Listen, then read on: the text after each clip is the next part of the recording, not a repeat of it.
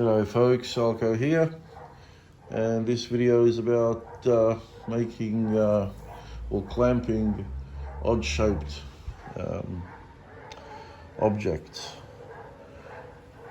So I don't know what to call it.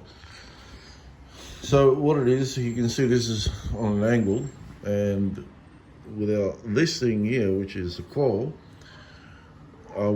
this clamp